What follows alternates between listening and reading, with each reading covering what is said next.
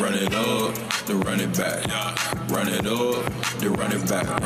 Run it up, run it back. Run it up, then run it back. Yeah. Hello. And happy Wednesday. Welcome to Run It Back.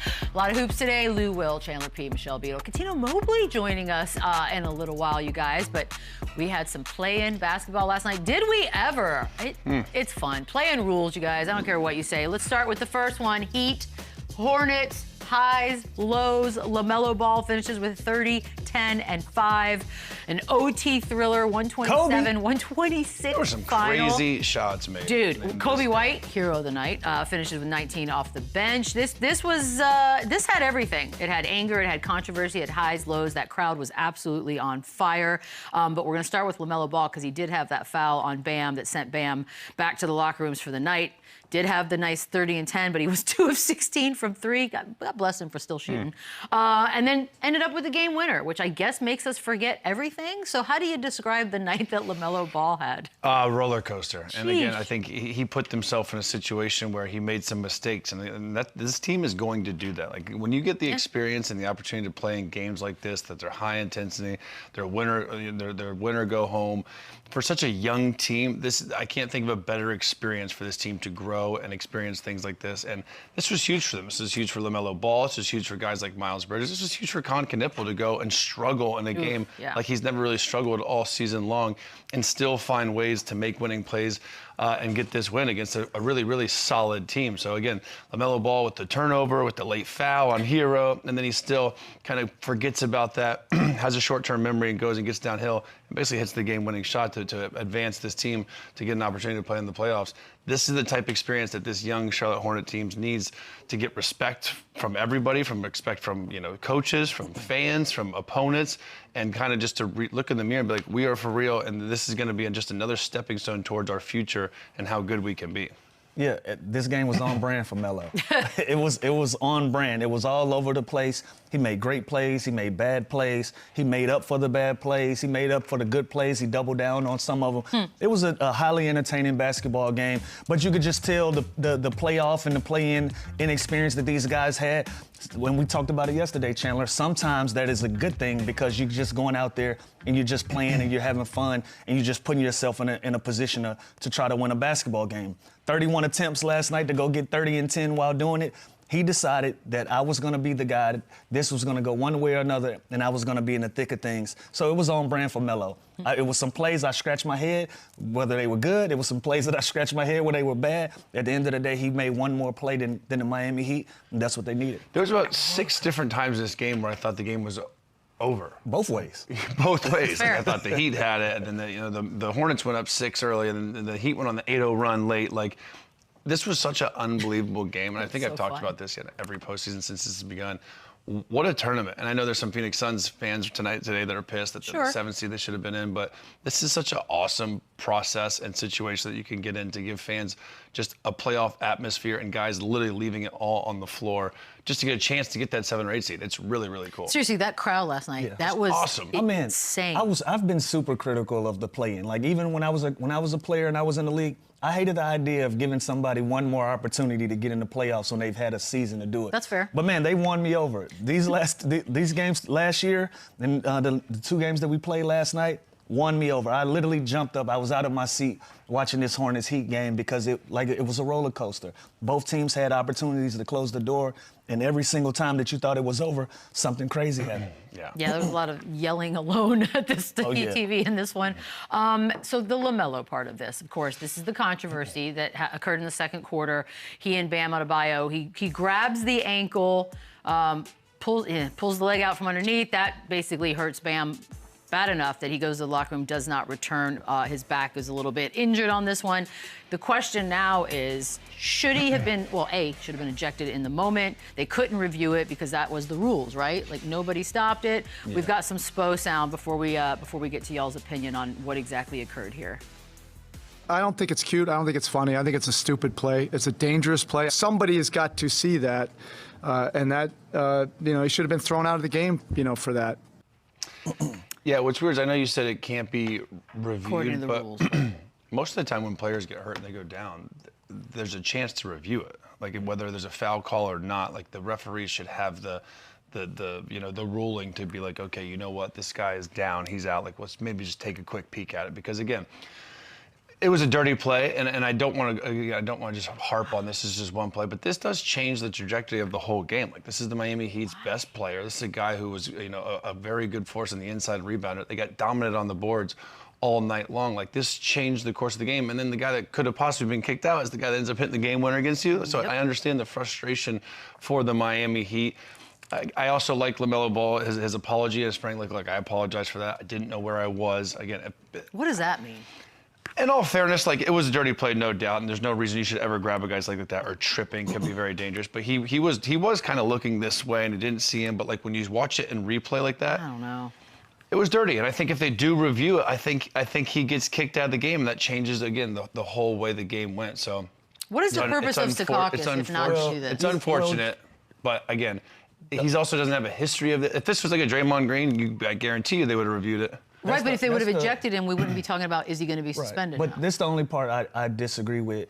Based on the flow of the game, you can't review it and you can't use Secaucus, because you're going to open up Pandora's box where guys want to go review something that's happened 2 or 3 possessions ago, and that's going to mess up the flow of the game. I don't agree with what he did, and I appreciate him apologizing. I agree with what Spo said. It was a nasty play. It was one of those quick things that happened, and it's no place for it. I'm happy that he apologized, but if they're playing, they go down, it's another possession, and then another possession, then you stop. I don't want to review that play, because there's going to be a ton of plays that's going to come up that somebody's not necessarily going to be hurt. It's going to be whether you feel like somebody is out of bounds, or whether there was a foul call or something of that nature, where guys are going to want to go back and look at plays or review plays that were 2 or 3 possessions ago, and that's going to mess up the flow of the game. And I feel like we already stopped enough as it is. So I agree with everything, but I disagree with the fact that once they do stop playing, if 2 or 3 possessions go by, then we should review it. That's going to open up a can of worms that we're going to hate. So now, I guess, as a coaching staff, you have to have strategy put in place where if something does happen like that, you need to give a foul, so you give your team an opportunity to stop the game and be able to review it. I guess so. That's a strategy. Because that's the only way you can do it, because Zarba even said that there was no whistle in real time. The play continued the fast break, and it wasn't stopped immediately, Which so is you crazy. can't go back and review And also, how often does this happen? Like, this doesn't happen. So I'm saying, usually I feel like they take a beat and check it. Well, usually the play stops because somebody's going to foul, exactly. or something is going to happen where play is going to stop in the next half of possession or so. But after that, if you're going up and down, I don't want the game to be stopped every single time that a player, like, imagine if we add some more of this to the game as it is. No, we can't add any more of that to the game as it is. And so you hate to see a play like that happen. I'm glad LaMelo took responsibility for his part in it. I don't know what you can do in hindsight. If there was no foul called, if there was no stop of play, how can you look into suspending him for a play that technically he wasn't penalized for? Do you think they're looking at it, though? Like, do you think, I mean... I'm sure there's been a conversation, but again, what is the standard? What is the standard? I don't know. If you can go back and say, well, you didn't call a foul, you didn't stop play, you didn't review it, but you're gonna suspend me after the game. That's fair. Based on like we're gonna open up a different can of worms of things to happen in a game where every single time down the court somebody's gonna feel like they're getting the short end of the stick, and I would hate for that to be the flow of the game. Two things too, like when I saw the play in real time, I didn't notice anything dirty. I didn't notice the swipe either. I didn't know the trip. So like. But I always say referees have a tough time being able to call such a bang play, but like when I needed the replay to see what actually happened. So in Zarba's defense, it was impossible to see it in such a quick hitting play.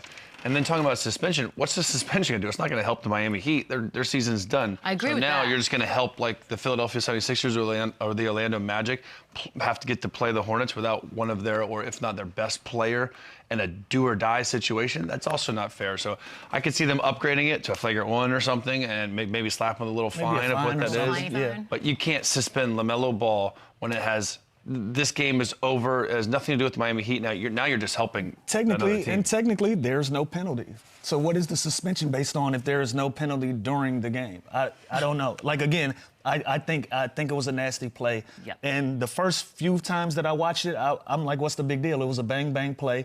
And then once you slow it down and you go frame for frame, then you can look at it and say, oh, okay. There was something there. So if it takes somebody 4 or 5 times to look at a play and realize it's dirty, and that was only me, probably a lot of people probably saw it right away and felt the way about it. But me personally, it took me 4 or 5 times to watch that play to see what actually happened. And that was based on replay, that was based on slow motion and all of those things. So again, you can't do that, because now you're gonna open up something where a guy's gonna be like, look, hey, like that looks bad, but that's not what it looked like when I was watching the game. So can I I mean, since we're always constantly thinking about changes that the league could make or rules that maybe need to be tweaked a little bit, there's a 4th ref in Secaucus sitting in that room. Maybe that person's job is to be like, hold on, that was a blatant bad moment. Let's just put a pin in it and take a look at it. Like, it's the refs, it's a call that the ref would make. But then again, like Lou said, there's already so much stoppage, like for the flow of a game, but for this the doesn't happen all the time. viewing. This was blatant when you watched it. But again, if you're gonna start doing that, if you put that into the process, guys, think about how many. There's not a coach in the NBA that has 100%. Review record. No. Everything that they review. So imagine how many times guys are going to rig up something to try to convince their coaches or. But it won't be up to them. Hey, look, ref, Zach, this happened. Tell Secaucus to take a look at it. Once you start bringing those elements to the game, you're going to have a bad product. But I'm saying that the player would have no say in it. It would literally be Secaucus beats somebody in the arena and says, hold up, that was actually bad. We need to take a look at it. And it's their call. Do you know how many holes, little pushes, little elbows? Sneaky little elbows. Felt so blatant. This felt so blatant to me that I'm like, that's a rough one. As we watch, and once we start paying attention to those type of actions, if you're a fan of a team, you're nitpicking at every single little thing that you think, hey, they're talking trash over there in the corner. Look at it, or this and that. Like, and now when you have somebody, a 4th person in place that's in Secaucus looking at it. It's just I don't love that idea. For the flow of the game, you can't do it. You can't have all these just buzzers. You say that now, but like if this happened to Wemby, I'd be rioting in the streets right now. And that's my point. But that's a problem. But that's my point. The minute that you open up that door, it's going to be somebody with a problem every other possession because they're going to want it to be reviewed because you have stake in the game. You want something to go. But does it result in a player being hurt badly enough that they cannot return to the game? Like, that's a big part of the story. I agree with you. I agree with you. But then if they do change that, though, there's going to be players that are acting more hurt than they are just to get the review to see if they go back and challenge. Like, there's always going to be a gray. Yeah, but if I can convince you, and I can act like I am out for the rest of the game and I'm laying on the floor just to get that buzzer to go off to review it, I'm going to do that. You're not an honest person. If you're not in that building, and I know this is based on cameras, sure, I'm going to sell. Selling it. I'm going to sell. Because that basically the only way to have seen that was to just be watching on camera and then the slow-mo. Like, if you're right, if you're the guys on the court in real time, that was a tough one. So you can't add those elements to the game. Dang it, y'all. You can't. What you can do is you can have Spoelstra have someone there that saw it and be like, hey, take a foul, give a foul, so it gives you time to go and review it. Yeah. But if there's been a couple field goals traded back and forth, you can't go back and take those away either. Like life just went on. And he's over there in pain. It sucks that it happened, and I'll continue to repeat it because it would sound like we're defending the play, but we're not. It was a stupid play. I agree with Spo on that. But again, it's just for the flow of the game and for they already say we flop and foul bait and all of these things. We don't need to add any more referee activity to the game. Yeah. We got plenty. All right. I'm just thinking. Want to talk a little Colin Knippel? Yeesh, that was a tough one. One of his worst, actually, performances of the entire year. The voters aren't getting their ballots now till Friday, so there's a bit of a weird timing in that, by the way. And this should not matter. Intellectually, we all know that. However, sometimes people's emotions and hearts. Respectfully, it's like this. You can't factor this in because respectfully, Cooper Flag didn't even have an opportunity. The other guy's in Cancun right now, so you're going to dock this guy, and the other guy's not playing. I'm playing devil's advocate over here. I'm just saying people saw what they saw. He wasn't even in the game at the end of the game. Like, I don't know if I agree with you too. If I'm a voter, which is. I'm not, but like... It might sway you. It might sway you a little bit, which is not fair. Because, again, like you just said, Cooper Flag is not even getting the opportunity with the Dallas Mavericks to play on this level. And no matter what happens, I do respect the fact that Colin Knippel kept shooting. I do respect that he was the first one on the bench cheering when he wasn't even in the game when they needed a three-pointer, and he made more threes than not every rookie. Every player in the NBA, he had a better season shooting the ball, shooting the three-pointer, and made more. So if you're going to dock him for one game in a play-in tournament, it's so short-sighted and ridiculous. I love the fact that he kept playing. I love the fact that his defense is extremely underrated. He played solid defense. He kept taking what the defense gave him. He didn't force any bad shots like a young guy usually does when it's not going well for him. So again, he's a rookie. There's bad games, there's ups and downs. He's had an unbelievable season. So now if we want to nitpick about a performance in the play-in tournament when the other candidates that are possibly in the running are in Cancun, no one's fine. in Cancun. And also, to me, this is more about Spo than it is about Knipple. We always talk about playoff basketball. We're going to take something away. We're going to make your team uncomfortable. Look at the way that he was guarded in that game.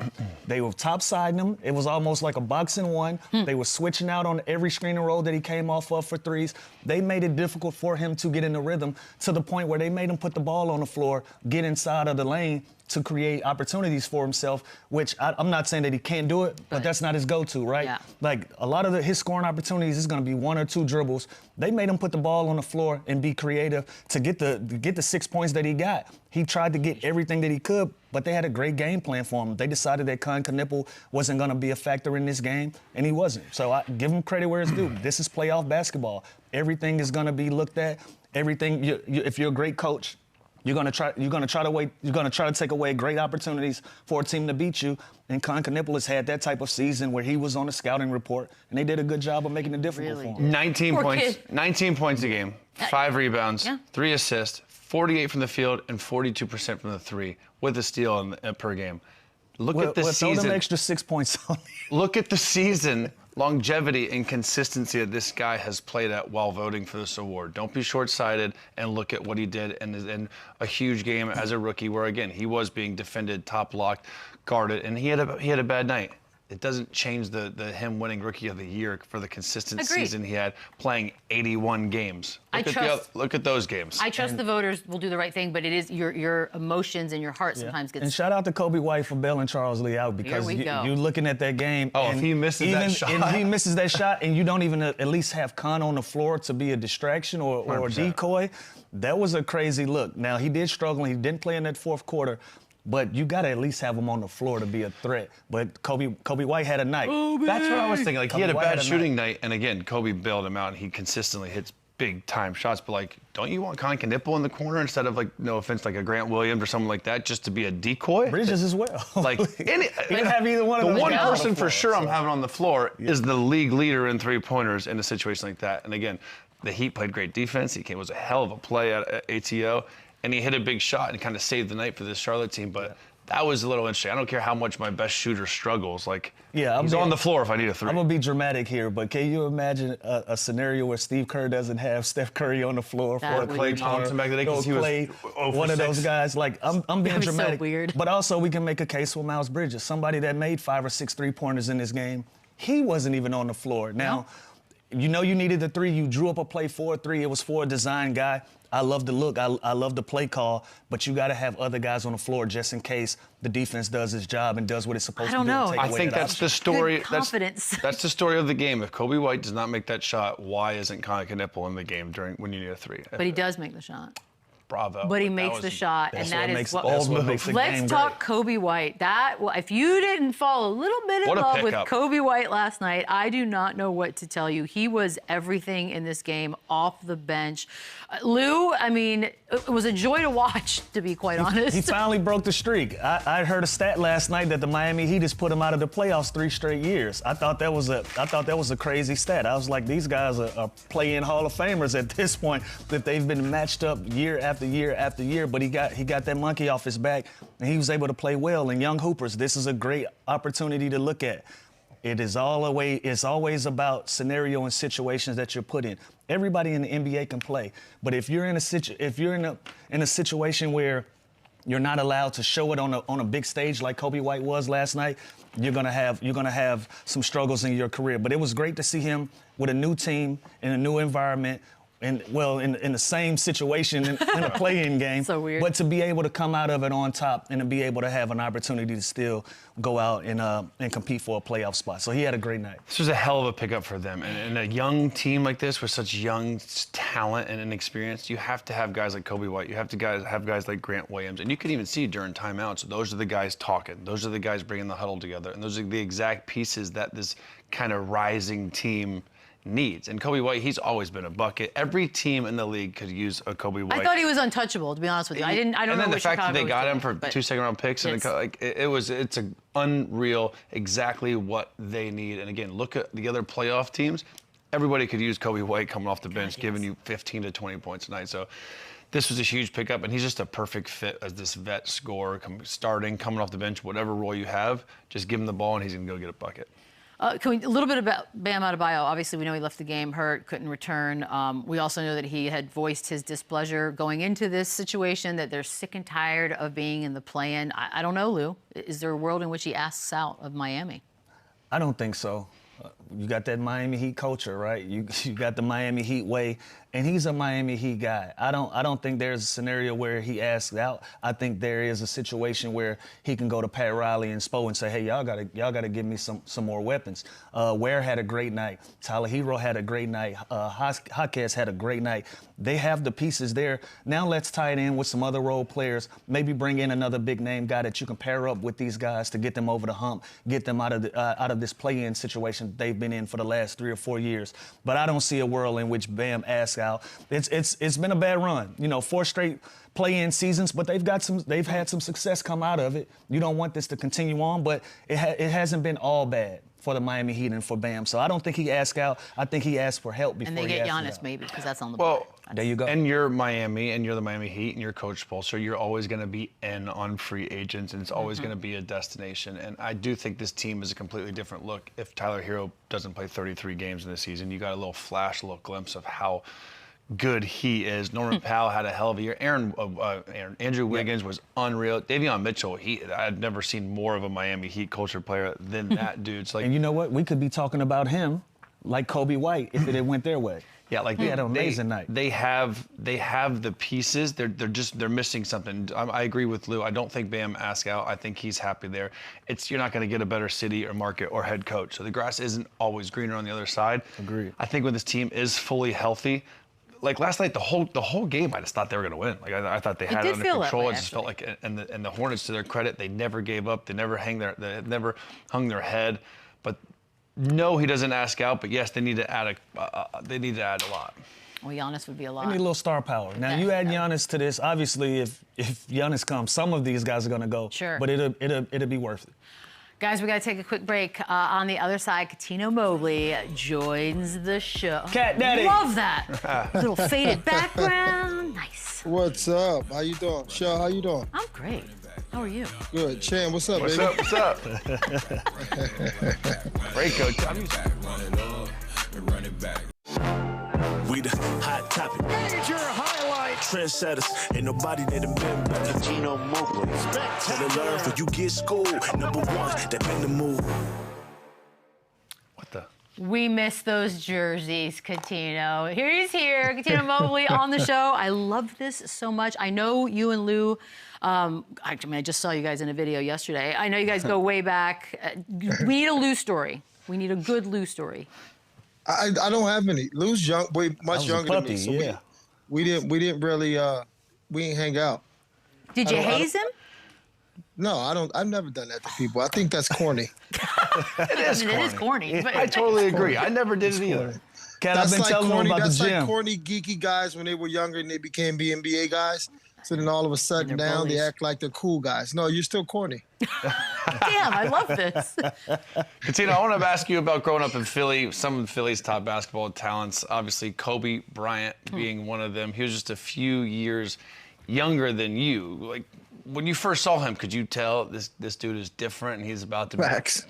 You knew right away. Yeah, man. Kobe was obsessed since he was younger. I started playing basketball late, 13 years old. So there was Rasheed Wallace, there was Alvin Williams, Jason Lawson, Tyrone Weeks, who was top of the league in NCAA in rebounds. Sean Colson, Ferran Hand, Rondell Turner, who people don't know. And then it was Eddie Jones, Aaron McKee, Rick Brunson, Mark Macon. There was so many of those guys around us. And Kobe was just special because at like 15, Kobe, it was like he tricked himself into knowing he was great early. Right, so from there, I'm just dialed in. Yeah. Everything was dialed in for him. Listen. I was able to watch the Jailblazers documentary last night, and Rasheed was a big part of that. When I came to Philadelphia as a young 17-year-old, you guys embraced me. We had runs at PCOM, but like you said, you guys were so much older than me. Y'all were the OGs. What was a young Rasheed Wallace like in Philly back at that time? Same thing. Same crazy, same. You know, Raj was a pitcher and Raj was a track star. He ran the 200s, if I'm not mistaken. No way. So he was an athlete. I mean, all of us played different sports, but Raj was special, and his mom was very fiery. Shout out to Miss Jackie. You know, her and my mom were super tight growing up, and then she would be like very boisterous, right? Very passionate. And then that's where I think Raj got it from. Just as, you know, she wasn't, you know, as crazy as Raj as far as like cussing out people, but she was very passionate of the game. Oh, I love that. By the way, you've had some personalities sharing locker rooms with. You're 23 years old. You go to the Rockets. You got Charles Barkley, Hakeem Olajuwon, Scottie Pippen. That's a heck of a room to walk into. But Charles Barkley, I feel like with Rasheed, like that's a big personality. Was he like that right off the bat? Well, I mean, listen, he wasn't, you know, all the MFers and the all that stuff. He was just more. Charles was just a fun guy. He was the big old teddy bear that, like, I tell people this all the time. God bless me so much. I think God loves me so much because he gave me three personalities of, at that time, the best three next to Larry Bird ever, Scottie Pippen, the best. That's the best point forward we've ever seen at that time. And then you had the best four-man ever in Charles Barkley. And then you had one of the best five-men ever. But then all their personalities were different, right? So Dream's waking up super early in the morning, and he's studying, and he has the Super 180 linens on, and it's just like boom, boom, boom, boom, boom, right? Even on the plane, he's studying.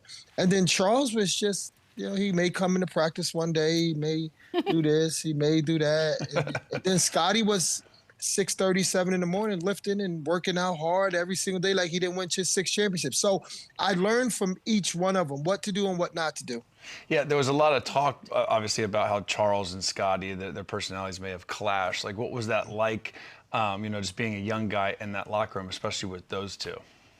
Well, you know what this is my just getting older now to understand that how when Shaq and Kobe left and then Shaq won one and then Kobe was like, you know what, I got to win because I don't want them to think that it was just all because of Shaq. I think that was kind of like Scottie too, where he was like, I want to win. And it's not just because of Mike. That's just my opinion, right? It's my opinion. Yeah. But Charles wasn't serious about the game. So Scottie's like, I only got a few more years left, and I need you to be serious about your body in the game because we got a chance if you just stop doing what you're doing, basically. So Scottie was mad at that because he came from hard work, and not saying that Charles wasn't a hard worker, it's just that he was on the tail end. Yeah, you mentioned his body. Tell me you were around when Scottie called Charles fat. No, that was every day, bro. By the way, not today, though. You see the commercials? Now he's on the Ozempic. He's skinny Charles. Oh, no, it's crazy. He needs to start lifting, though. That Ozempic's crazy. His skin getting too loose. What was it like? Was it like, were their hands thrown? Like, what was the reaction? Or was just every day, honestly, just bad? No, it was just every day. Charles came on a plane one time, man, and he looked like a black leprechaun. He had all green on. And they lit him up so bad, he had to burn that suit. Rob's smart. Yeah, it was crazy. Straight up that. Yeah, it was crazy. By the way, you said that people might not have ever known who you were, but Scottie Pippen endorsed you as a rookie, and that sort of opened up everything. And we all know Scottie is a polarizing figure in the NBA world. He's given out opinions, and some people don't like to hear all that. What do you say? Do you think he gets not enough credit for everything? At all. Gotcha. At all. He don't get it at all. At all, and it bothers me, right? And again, I'm not Scottie, so I can't tell him what to say and what not to say. I don't like that, you know, he bumped heads with Mike about certain stuff, but Scottie Pippen is so important to the game of basketball and was so important to Chicago Bulls. And, you know, Mike marketing machine was behind him, you know, from the, you know, since the 80s. And Mike even says it in a lot of his things that was for Scottie, it'd be hard for me to win championships, right? So I think it's more of the fans and other people being so enamored by Be Like Mike and, Come Fly With Me 1, 2, and whatever it is, that they forget about how amazing Scottie Pippen was. He was super smart, and he did everything super well. So he was my favorite. Real quick story. Growing up, Scottie Pippen was my favorite, and Eddie Jones. And it just so happened that Eddie Jones went to Temple University. And they played similar. It's just that Scottie dribbled the ball better and was more of a point forward. But they did everything. And I kept both of their basketball cards in my wallet when I was in high school and college. Oh, wow. Oh, wow. And it just so happened that Eddie became my close friend and Scottie became my close friend. That's awesome. Wow. Really cool. Well, Kat, let's go down the list, because another conversation that's bubbled up in these last few years with the emergence of Nikola Jokic is all-time centers. And for whatever reason, when we have these debates, Hakeem Olajuwon doesn't come up a lot. Why do you think he gets excluded out of a lot of these conversations? Because he was quiet, right? I think he was quiet. He didn't really. It was hard to market him. Among other reasons. But it's Nikola Jokic came into the right time because NBA is expanding around the world, and Serbia is one of the top kind of countries as far as basketball, if not the most elite. Right, as far as development, next to Tony Parker and them in France, to me. So I think it's just timing. But it's very hard, Lou, to, right? Like it's you, it's Jamal Crawford, it's Ricky Pierce, it's certain guys that came off the bench that was so elite. Vinny, they don't talk about Vinny Microwave Johnson, right? So we all have our day, and then the window starts to close, right? So, it's hard to, Mike said this, it's hard to compare individuals, especially when they didn't play against each other. You know what I mean? So, and during my time, Kobe Bryant was the best two guard, right? So they're like, oh, Mike. It's like, well, Mike was old, you know what I'm saying? And I love Mike to death, and he was my GOAT. But, I mean, I'm not scared of him when I'm 24 years old. You out your mind, right? Like there's a certain cockiness that you have. But, now Black Mike, back in the early 90s and the 80s, I was shaking in my boots. There's a difference, right?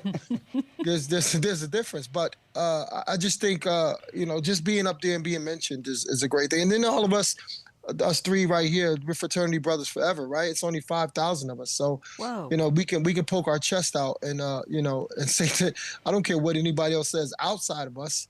We're elite. I never did that math. There's only 5,000? Yeah. That is that's very exclusive. By the way, Charles Oakley. It pains me, by the way, Cuttino, that young people are going to know Charles Oakley as the guy on Real Housewives of Atlanta, not as the enforcer that he rightfully is. But he's on. Yeah, wait, I didn't know that either. You just broke news to me. He's on it. Y'all need to be. That's not true. Y'all need to be watching that's not it. true. On my dog, Cuttino. I promise you. You know what? He shows up and I'm just like, we got to believe her. That's her world. She would know. Don't mess with me on Real Housewives, okay? That being said, you could have named 100 and 200 other people. Well, because his wife is on it, and I mean, there's juicy storylines there, guys.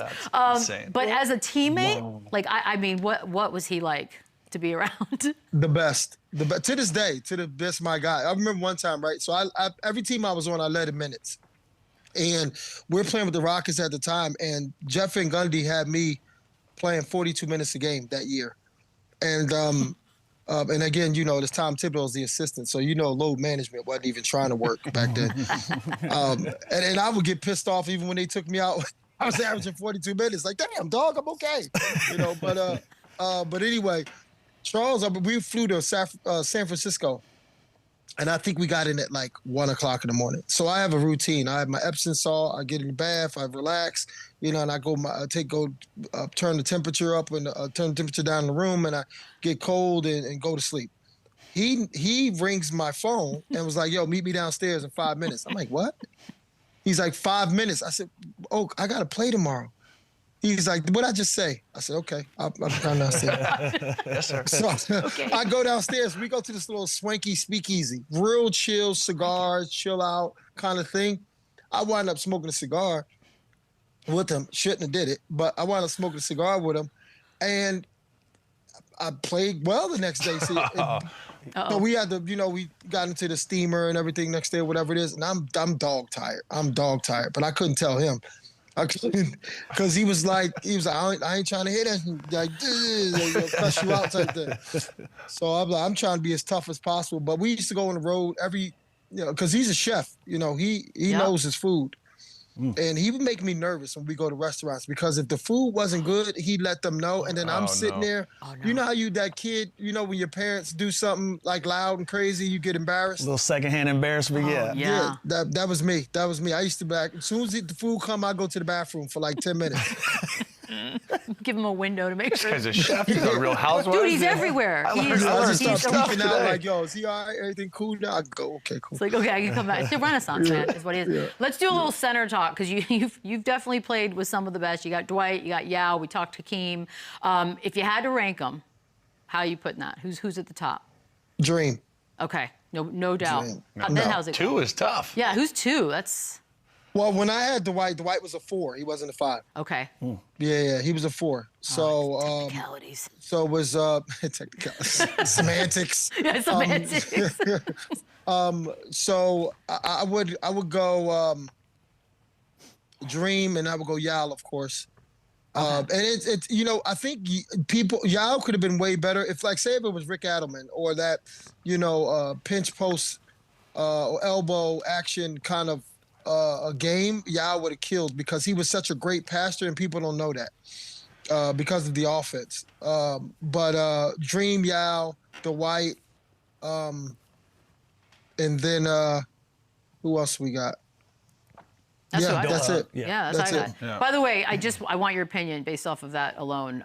Wemby, when you see Wemby, what are you envisioning as far as centers and when it's all said and done? I just don't think he's a center. Yeah, I just think he's a ball player. Tall. He's a point guard. Yeah, he's just tall. He's everything. Right? He's doing tween behind fades. No, that's not a center. Do we need a new position name? Like, maybe we need to come up with something new. But Cuttino, have you seen anything like him? The way he handles and it's different. I mean, the closest thing I've seen is, if you think about it, bro, you guys are younger. Kevin Garnett, like, they still ones. In 90, what was it, 90? Oh, the full court one-on-one, I remember the video. Bro, Kevin Garnett, you couldn't beat him. Yeah. You couldn't beat him. And then there's KD that came along, and that's Wemby, basically. Do you know what I mean? Like, that's a Wemby. But if you're going to play center Wemby during my time, Alonzo Mourning, Patrick Ewing, Shaquille O'Neal, you roughed up. You sitting on the bench. You're not playing, bro. You're not playing. Rick Schmitz even kill you. Like, it's not the same world. Yeah, absolutely. This is awesome. This has been fantastic, Cuttino. We appreciate the time. Hopefully you'll come back soon. I'll see you tomorrow, Cuttino. Lulu, I'll see you tomorrow, baby. Yes, indeed. We'll be back. Thank you. Run it up, run it back. Run it up, run it back. Well. Hello, DENI AVDIJA. 7th seed, they get it. Portland wins. They beat Phoenix. He finishes with 41, 12, and 7 rebounds. Drew Holiday had 21. Jalen Green had 35 and 5. That ain't bad either. Devin Booker with 22 points. But this was a fun one as well. First trip to the playoffs for the Portland Trailblazers since 2021. They've now won 6 of their last 8. And they are going into San Antonio feeling really, really good about themselves. Lou, are we underrating this Portland team? Rightfully so. Okay. Rightfully so. Fair enough. But they play hard as hell. Good like Lord. watching them last night, they play hard. They're confident. When you have the addition of Drew Holiday, you got that veteran leadership in there. Grant is also a great leader that has a great reputation around the league of being so. And when you add that with some young talent that the Blazers have, you get what you got last night. You got a young team that feels really confident in their abilities. Now, how do they match up against the Spurs? We'll see. I like the point that AVDIJA made last night. Hey, they don't have a lot of playoff experience either. So we're both going to go into this thing and we're going to go guns blazing, and they feel like they have an opportunity. And that's what you want as a 7th seed. You want your team to be confident. You don't want them going into the game seeing like, hey, we don't know, or be intimidated or worried. They're a confident group. But to see them last night and the way that they played, I'm excited to see this matchup. Yeah, careful what you wish for. You obviously wanted to win this game, and you wanted to get the Spurs rather than the Thunder in the first round. But this team was impressive. Like, I got to be honest with you, I didn't watch them a lot this year. I watched this entire game last night. They are deeper than you think. They have so many guys, 6'5". Last time I said that the team went to the finals, Chandler. I'm just saying. And like, between Kamar and Drew Holiday is just a solid piece. Jeremy Grant coming off an injury is unbelievable. And this AVDIJA dude, you know, there's 2 other players in the league that average over 24, 6, and 6. It's him, Jokic and Luka. That ain't bad. Like, this kid has game. Like what a season to have for him. First time All-Star, and watching him last night, he's athletic. He's got a quick step. He's got a tight little handle. Like, this kid can do it all offensively. So this team is going to give the Spurs some trouble. I obviously still give the advantage to the Spurs in this series, but this team is deep. I like their bigs. I love Klington. They got some names over there. I love Robert Williams. Like I love their guard play. They have shooting. Scoot Henderson played good last night. Like, this team is solid, and they're super, super deep. This game was also incredible. They suffer from the Pacific Northwest curse. No one pays attention. Shade That's the Sharp Seahawks. almost hit his head on the rim last night. So let me ask you this, because AVDIJA, somehow, some way, even though nobody's watching apparently, has gotten a little bit of a rep as a foul baiter. I don't know. I don't know if this changes anything, if you even knew that. No, I did, and I saw 30% of his scoring comes from the free throw line. And again, Sweet. You just have to accept that. That's all great scorers in the league today have a gift and a skill to get to the free throw line. Shea does it. Luka does it. Jalen Brunson does it. Bigs do it. Like, it has become part of the game where this dude has mastered it. And last night he didn't do it. I'll tell you what, you can have no complaints that's of how he played last night. That's free-range chicken right there. This is you're in front of me and I'm getting by you and I'm bullying your bigs to the rim and I'm finishing and1. The game is on the line. If it's first quarter, second quarter, like, this kid was great throughout the game. And well, he actually did take 13 free throws last night, but that didn't feel like a lot. But yes. And again, as far as the narratives with the foul baiting, that you have to be an elite scorer to even get that type of reputation or opportunities to draw fouls. That's because the defense is always at your mercy. They're always in a position. The first thing they teach us as kids when we play basketball is three stands. You got a head fake, you got a jab, and you can put the ball on the floor. When you're an elite scorer and you can do all three, the defense has to respect all of those things. That puts you in a position based on how the game is refereed to be able to create opportunities to get to the foul line. So whether fans like it or not, only an elite group of guys can even play this way. You don't look around and see a guy averaging 6-7 points being called a foul baiter. Usually when you're talking about somebody being able to bait guys into calls, they're averaging 20-plus points a game because you have to respect everything that they bring to the table. So enough with the foul bait narratives. It's only a certain group of guys, and all of them happen to be elite, that can be able to do it. Yeah. I know you guys, we talked most improved. Again, the ballots for the voters aren't going out till Friday. It's a little wonky this year. You got Duran and Nah. You guys talk, but I'm wondering if somehow the voters are going to watch a performance like last night from DENI and be like, interesting. Again, they shouldn't. You have to look at the whole landscape of the season. And yes, you could be short-sighted and see a game like this and be swayed a certain way. And you can see the game like the Hornets and be swayed against Colin Knippel for Rookie of the Year. But listen, there's 10 guys that have made a huge jump this year that have kind of taken their game to a next level, and I think that's great for the league. I just think there's certain guys that are ahead of him. When you look at Jalen Duren, when you look at Alexander Walker, Jalen Johnson, like, there's certain guys that have just really taken off, and so is he. And then when you look at the trade that they made for him from Washington, like, I think it was Bub Carrington and a couple picks in like 2029. Like, what a deal. By the way, not supposed to affect it, but he could make an All-NBA team now as a result of last night. Again, not supposed to. Yeah.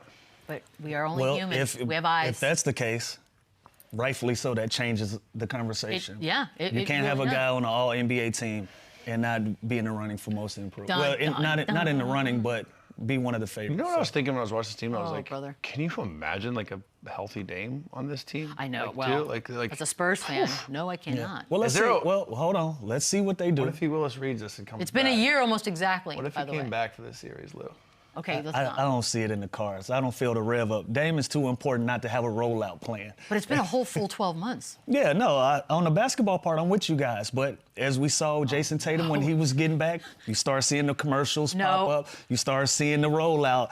We're not getting that vibe from Dame yet. So if Dame is going to do a surprise pop out Beyonce style, sure, but I don't see it. And also do it against a different team. Let me ask you, Beats. How about that? Not do a Willis Reed against. You're a student of the game, Beats. Do you like this matchup against the Spurs? Look, I'm a real, again, I've been saying this. I am old enough to remember when the Spurs as a 1 seed lost to Memphis as an 8 seed. I do not go into playoffs cocky ever. Anything can happen. So I still think the Spurs win. That being said, gotta be a little favorable. I think it'll be fun though. I don't think it's gonna be. That's the wrong. It'll be competitive. One favorable. It'll be competitive. The wrong F word. You want a different F word, Lou? You got another one? I do. When we come back, it's story time with Lou. Oh, we're getting to it.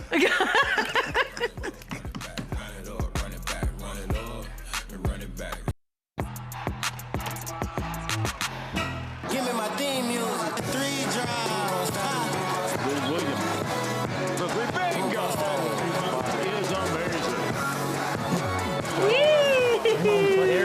gather around. I got gifts. Everyone I wish gets we had a around. fireplace right now. Baby Lou. I got gifts for everybody. Okay, gather wait. around. Can I just set that was a career high 36 points and a 31-point comeback game in a playoff game against the Warriors back in 2019. I had more points than that before. This is what the internet tells me. Well, I'm telling you the truth. Well, Don't tell nobody on the internet 31-point 36 points is my career high. Playoff career. Playoff. How about that playoff career? All right, I stand take corrected. that. My bad. I mean, I love Baby Lou videos. What do you remember? I remember getting the hell beat out of us, and I just wanted us to have some pride. I wanted us to go out swinging. You know, this is at a time where the Golden State team was on that run, and we were down big the entire time of that game, and I just wanted to have some pride about myself. And I've always had this saying, you make one, you can make 10. And sure enough, in that game, I made one. And then at that point, the basket just looks like a laundry basket to you. You feel like you can make anything. Confidence is sky high. Then next thing you know, your teammates is in on the act. Montrezl Harrell got going. Young Shea was out there with us. Oof. He started making plays, and we just started having fun. Pat Bev was making sure I got the ball. We just started having fun. We were playing loose. We were playing free. You know, when we talk about young playoff teams and having a little bit of that ignorance, and it's like ignorance is bliss and just going out. We were that team at that time, and next thing I know, I looked up and it was a 6-point game, and I thought, oh, this is a game that we can win. So we ended up walking those guys down based on the game that I had, and there's a viral picture of me having ice on my knees and eating chicken wings in the locker room. Of course. Expect nothing actually, different. it was nachos, I believe. It was Oh, that's nachos not the and same. chicken. Whatever. I'm bad with the details, but it was a viral pic that came out after that game of me chilling out in the room. But that was great for us. That was a team that we had a lot of fun, and that run right there eventually was the reason that Shea got traded, and Kawhi came in and Paul George came in, based on how competitive we were without any quote-unquote star power at that time. And they looked and they said, you know what, those are some guys that can get their hands dirty and go out and compete at a high level. All they need is some star power. So that run right there eventually became the Bubble Clippers. So that was that. Were you down 31 in the second half? I don't know if it was the second half. You know, that was a crazy comeback. It was a blur, but I got the cooking. I got the cooking. Did the day feel different going into the game? Like, did you feel anything? No, I was down 30, so it wasn't like it was a special day. I'm talking about before. Like, before the game, was there that's what vibe? No, not to me. It was just, I had told those guys, we were going through so much in that season. I had told the guys, look, let's play hard as we can. Let's live with the results, because obviously nobody gave us a chance against that Golden State team. But we were able to challenge those guys and take them to 6 games. And so, the day didn't feel different, but we were confident. Yeah. That's insane. I know. I wonder if you do it on the road too. Had to be dope. Oh yeah. Was there a lot of trash talking? I know we have 20 seconds. No, it was actually a lot of Silence? respect between the two teams after that. KD was very complimentary of me, and then I think he went on the I can get 50 at any time rant, and that was the end of that story. That crowd had to be We know silent. how that goes. Rich Kleiman, Mario Chalmers, Mañana. Rich, sir. See you then. Yeah, yeah.